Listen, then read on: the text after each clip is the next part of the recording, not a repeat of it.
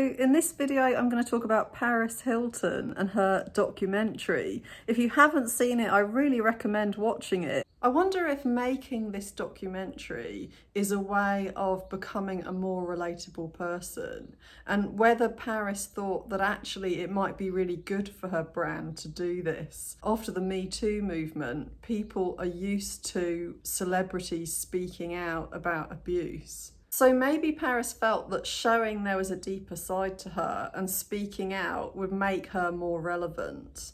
But nevertheless, there were times in this film where she came across to me as really genuine, and I found them moving. This is where it all began. The Simple Life started in 2003, and it was a series about her and Nicole Richie going and staying with a family who lived in the countryside. They just seemed really ignorant to the point where they didn't even know what Walmart was, apparently. And this was how the public got to know her. So they didn't know who she really was. They thought she was this really spoiled brat who was rich and really fun in her own rich bubble. And that was who they fell in love with. And so all of these years later, she's been keeping that image up, and that's what people seem so attracted to. Maybe it's a kind of escapism for everyone, you know, that they get to watch her and just imagine this completely different world that she lives in. But it's not really who she is. That's what she tells us in this documentary. She says a few times that this really isn't who she actually is. When she talks about her childhood, 3 things stand out to me. Here's the first. Well, my great-grandfather and my grandfather created an insane empire of hotels. And growing up, that was a lot to live up to. It was hard to just like totally be myself. Here's the second. Good morning, Mom. Stars, turn around. Show me what you got. Look at Dad. Because I was his first baby. My dad always was filming everything. So I just remember always having a camera around. And here's the third. My mom just wanted my sister and I to be like these little princesses. I went to Catholic school for most of my childhood. My mom always taught me to be very proper, private, and to always portray that everything's perfect.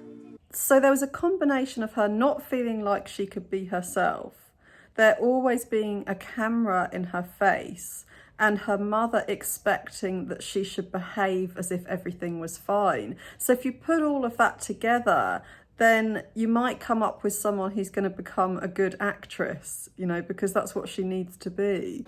Paris was more a tomboy. Are you going on the golf course, Paris?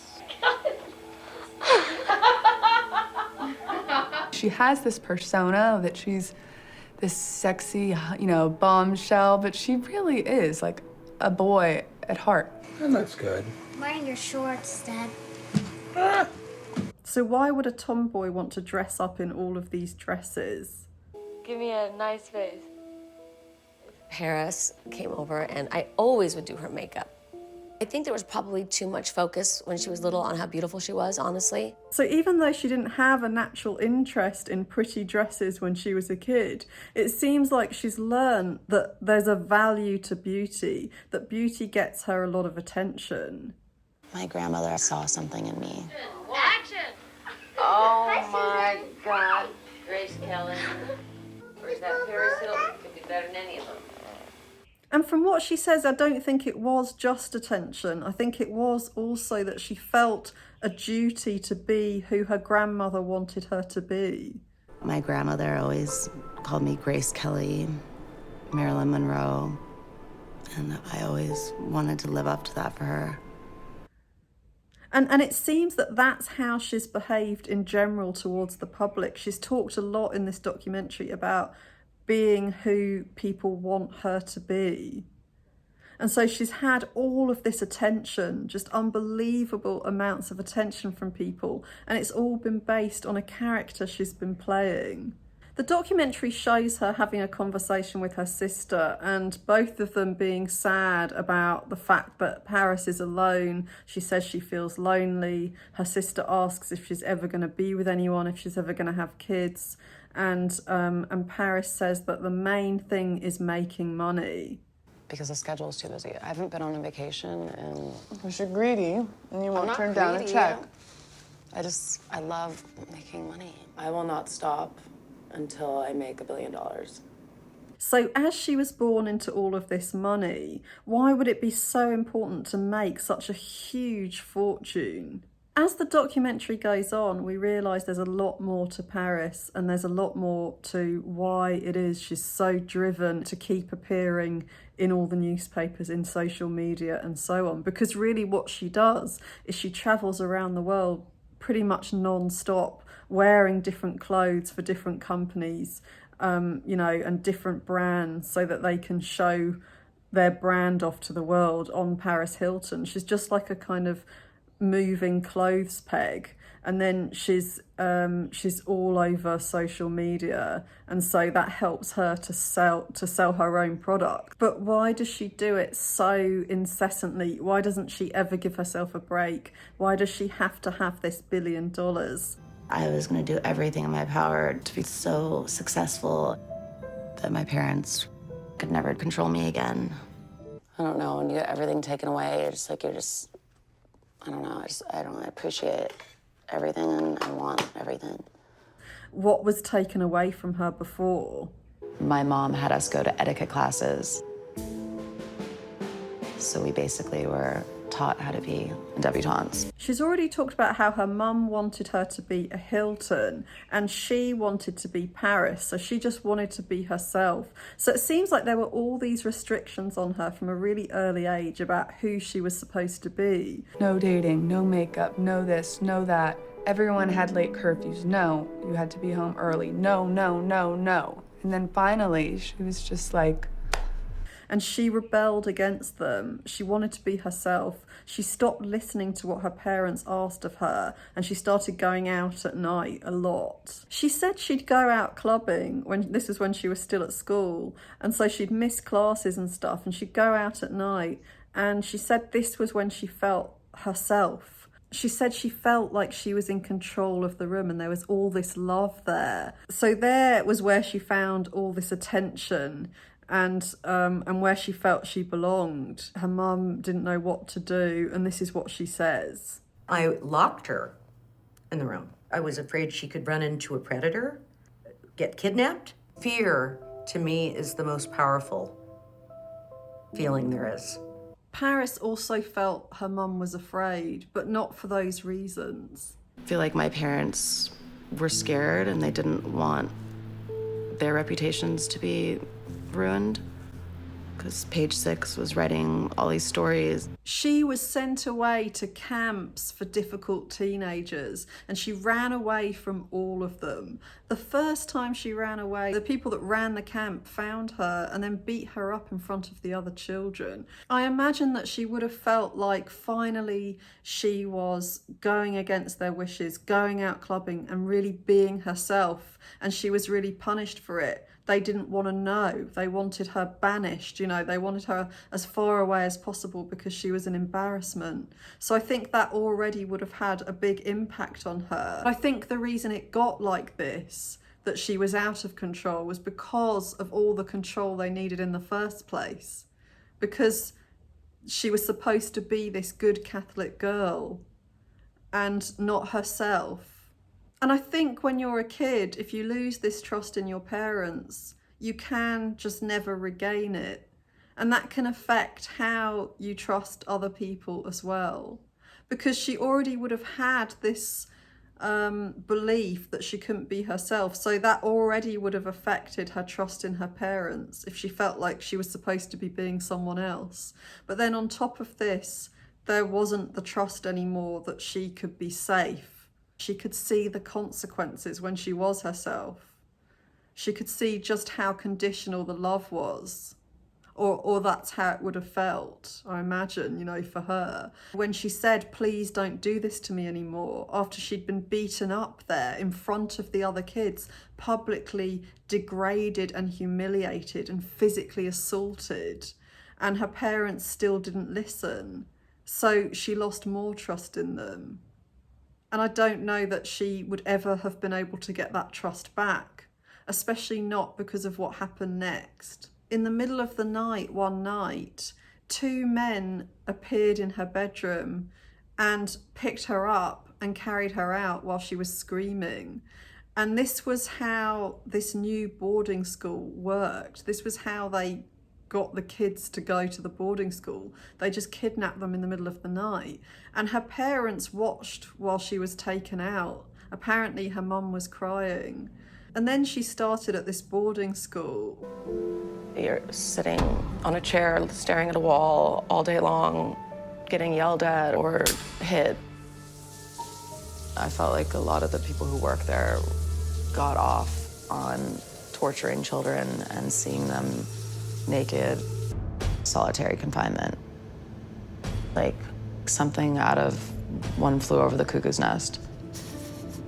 They'd make people take their clothes off and go in there like for 20 hours. Felt like I was going crazy. She says that she still regularly has nightmares about it and that it's given her a lot of anxiety and trust issues. In the documentary, we see some other girls who went through the same thing as her at the school. So they knew each other before and they all got together to break the code of silence, you know, to stand up and talk about this school and let people know. Paris seems to blame the school for everything. She says she's close to her mum and so on. So it seems that they have been made into the enemy in her mind. And I'm sure that they have good reason to be the enemy in her mind, you know. But at the same time, I think that she may not have actually processed her feelings about her parents. She would say things to me after, like, I still have nightmares. I still in the middle of my night, I feel like, you know, she would say that. And I always take what people say with a grain of salt. Like I think, yeah, it did bother her, but it was our way of saving you. Mom and Dad always loved like hiding things from Everything. They're the king and queen of sweeping everything under the rug. We see Paris telling her mother very briefly about how she and these other women were abused as children in the boarding school. And she talks about what they're doing to try to bring awareness to it.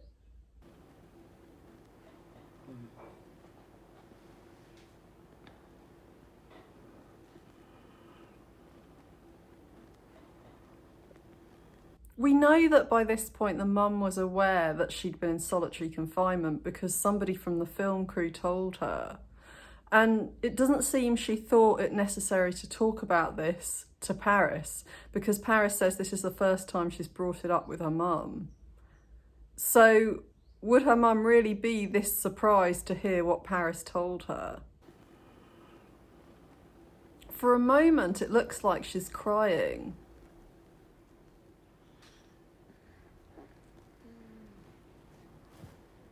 But there aren't any tears. Looking at Paris's expression, I wonder if she's getting ready for her mum to be defensive. It looks a bit defiant to me. Or is it that she's feeling angry? My personal feeling is that this is the most intense moment of the whole documentary.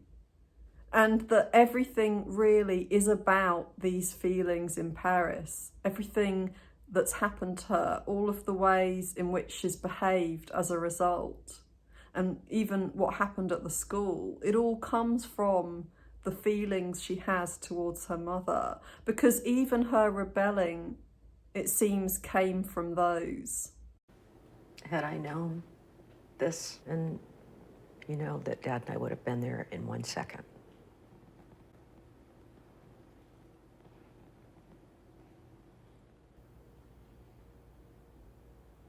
She doesn't look convinced. To me, she looks obedient. She looks like she's become a little girl again. And that might be the impact her mother has on her, that when she's around her, she feels like a child again. She's already said that her mum treats her like she's 12 years old and that she perpetually feels like she is that age. Oh, boy. Love you, Mom. I'm so proud of you. Her mum doesn't apologise. If she'd confronted her mother and said, but would you really have picked me up in a second? Because you watched them carry me out, you watched how terrifying that was and you didn't do anything. So how do I know you would have done that? And if she'd said, one of the film crew told me that she already told you about the solitary confinement and yet you didn't come to me, you didn't say anything.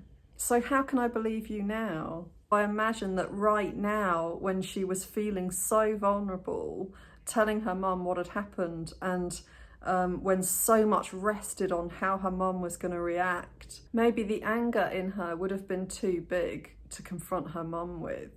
And it was easier to just go along with what her mum said. And maybe she wants to believe it. I think she does. And it's hard to tell from this footage whether this affects her, and if it does, how much it affects her. Paris's first boyfriend published sex tapes, and this wasn't something that Paris ever gave her permission for him to do. But he did it anyway, and so she felt really betrayed and absolutely devastated by it. And she talks about that in the documentary. I just wonder how much concern her mum felt for Paris and how much was just about her own reputation.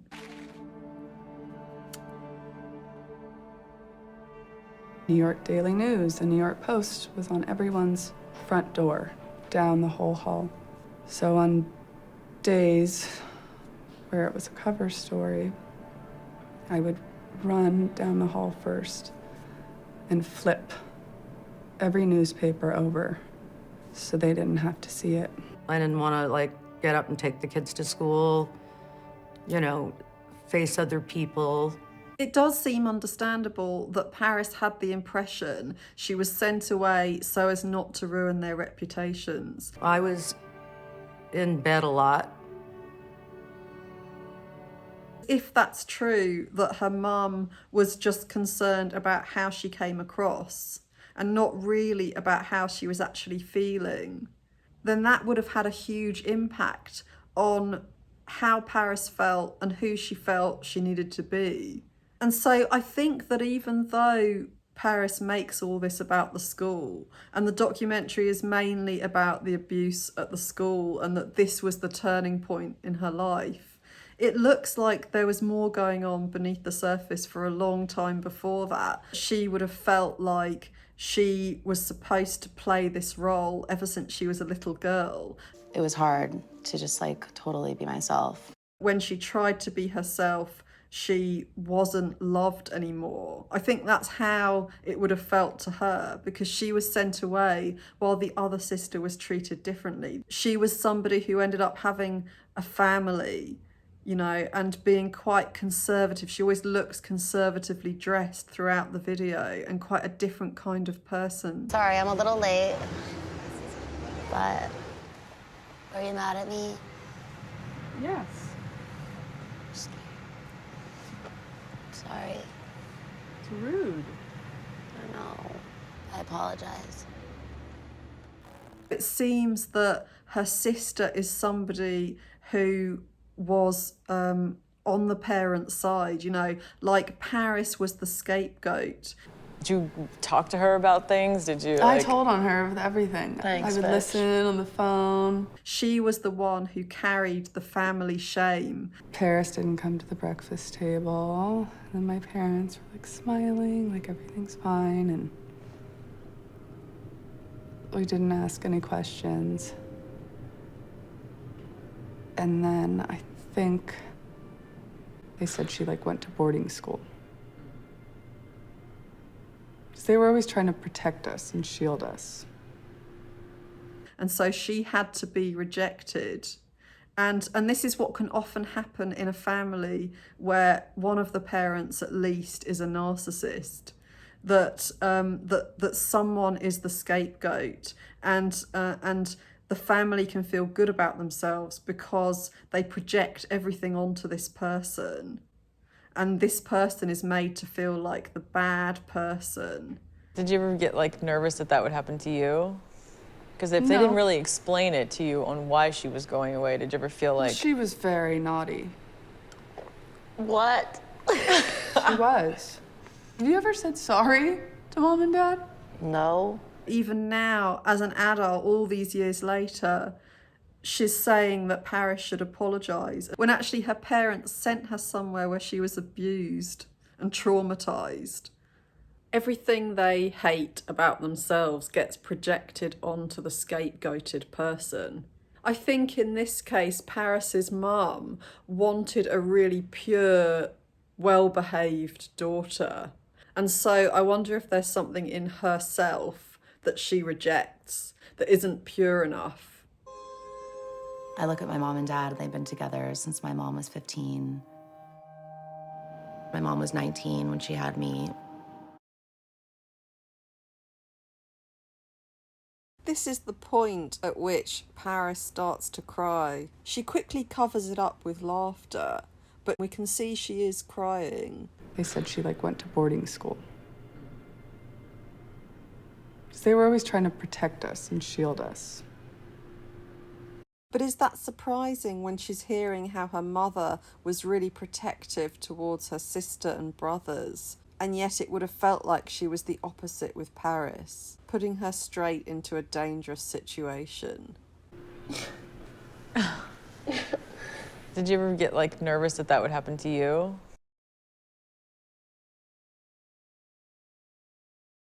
Triangulation is where somebody uses another person or other people. The mother could say, well, if your sister does this well, why can't you do it well? You know, everything's fine with her. What's wrong with you? So whether or not this was ever said in the family, that's what ended up happening. You know, where one daughter was treated very differently, the other daughter would have felt even worse about herself. Is this really a genuinely close relationship? Or is Paris having to not deal with a lot of feelings in order to be close with her sister? There's no one in the world that knows her better than me.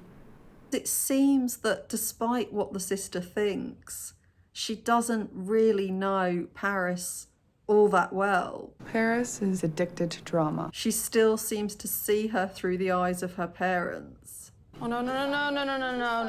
Go. I'm not leaving my sunglasses.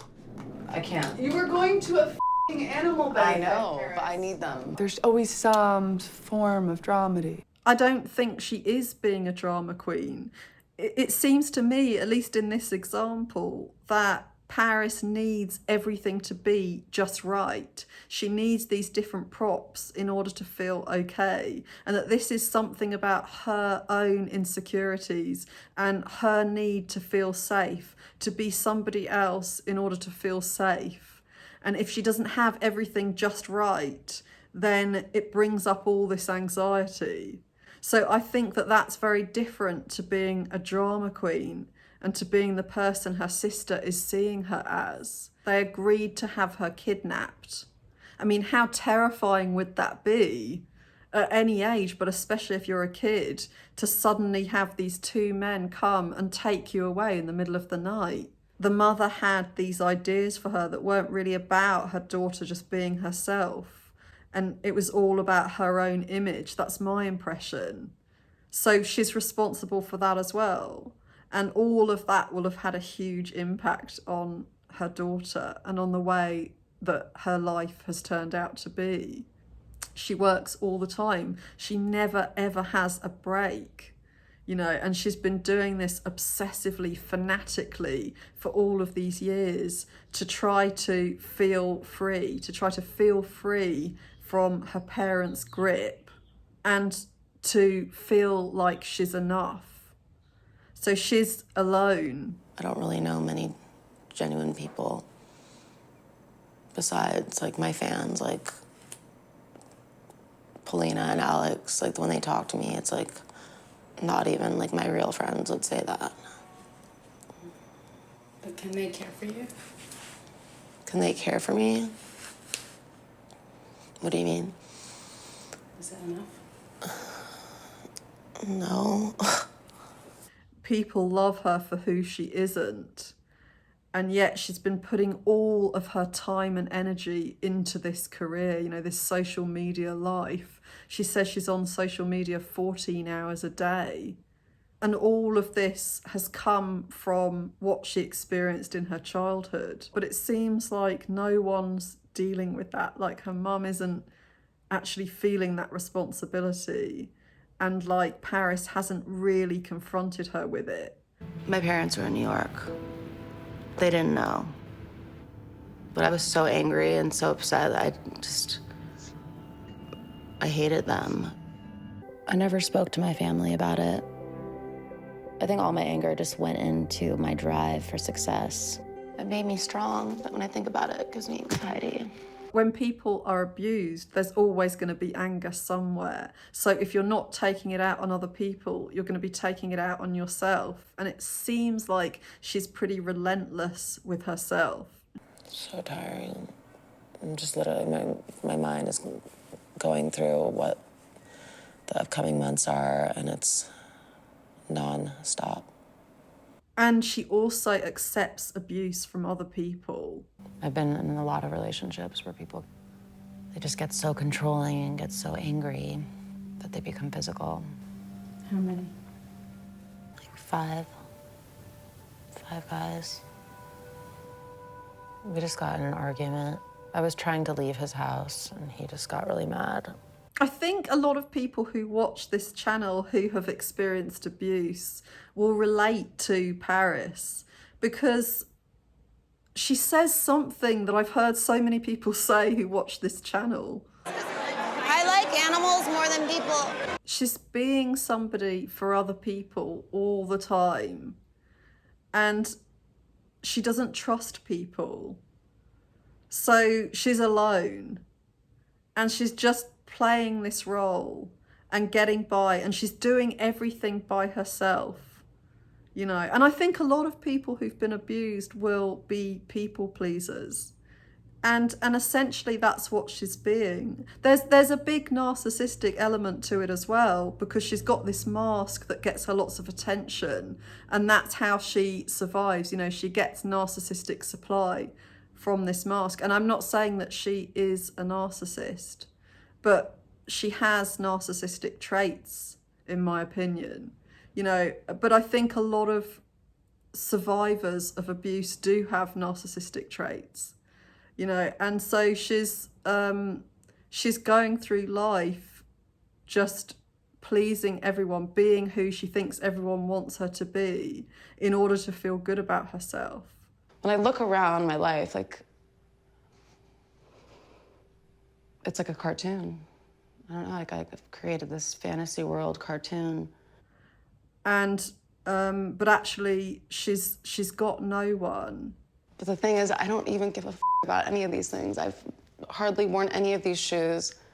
I love just chilling in like my sweatsuit, my socks, being at home, and then all this other stuff is just part of the character. It reminds me a bit of The Wizard of Oz, you know, the person who was behind everything, this wizard that everyone looked up to and who was really revered and feared and admired and so on. And then one day you realise it's just a little man behind this big machine. And it's the same thing now with Paris. We're seeing the true vulnerable, genuine person under there who's just somebody who likes to wear her jogging bottoms and a t-shirt and watch TV. You know, she's not the person everyone has been thinking she is. She's just somebody who needed love. She's somebody who was really hurting, whose trust had been broken, and who badly needed love. And everything she created to try to achieve that was an illusion that many millions, maybe even 1 billion people or more have bought into, and they've started to live similarly. You know, there's at least some part of what Paris is doing in, I'd say, most people's lives now. And the amount of time now that we all spend on social media as well, that's really changed, and I think she's a massive reason for that. Reality TV has taken off, and I think, again, she's a big part of that. She helped Kim Kardashian to know how to come across in front of people. So you know, she's had this massive impact on the world. Sometimes I feel like so many things, but sometimes like this robot and this character that I did, like I started remembering who I was before. The whole reality behind that was just somebody trying to escape their abusive past. But I don't know, I'm just so confused.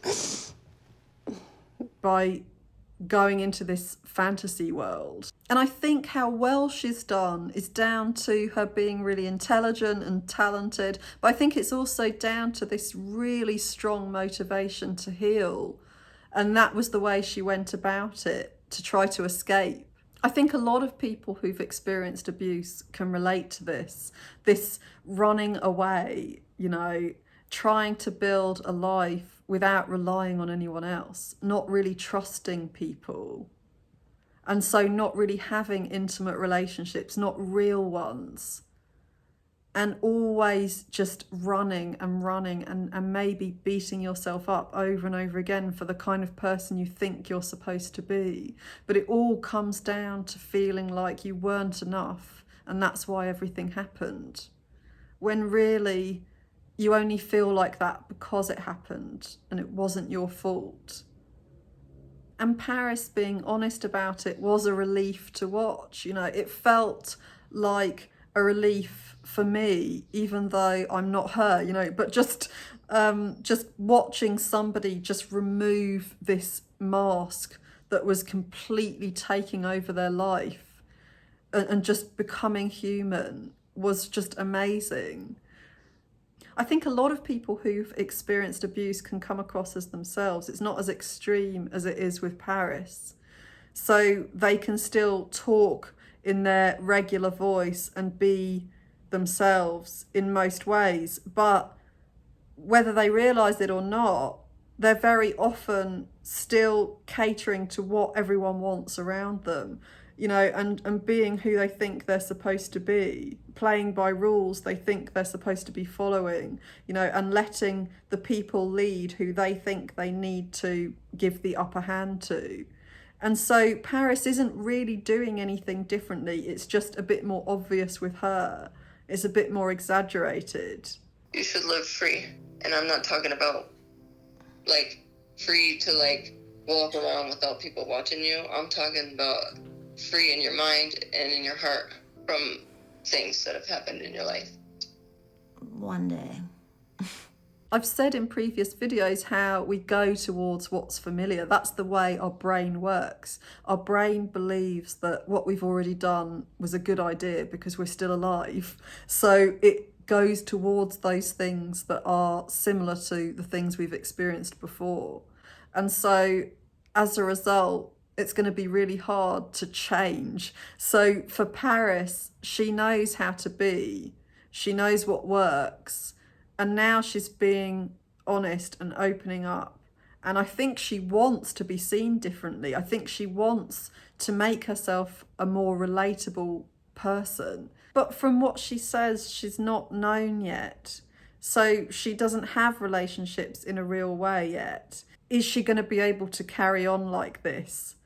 Or is she just going to fall back into the same pattern?